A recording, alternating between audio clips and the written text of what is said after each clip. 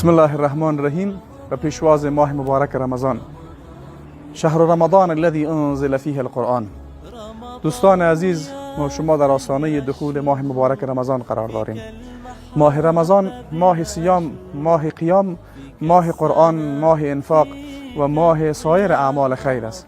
ابتدا از الله متعال استدعا داریم که بر ما شما عمر نصیب نماید تا بتانیم این ماه مبارک را دریابیم. و ثانیا از الله متعال استدعا داریم که پروردگار بر ما توفیق انجام اعمال خالصانه عبادی را نصیب نماید، به گونه‌ای که با ختم این ماه مبارک پروردگار گناهان ما و شما را معاف نموده و با انجام عبادات خالصانه پاداش زیادی را نصیب خود نماییم. ضمناً از الله متعال استدعا دارم که مصیبتی را که جهان امروز با او فعلا گرفتار است، پروردگار این مصیبت را از جهان بشریت و بخصوص از جهان اسلام برداره تا مسلمان ها بتانند با صحتمندی و با اطمینان کامل پروردگار را عبادت نمایند.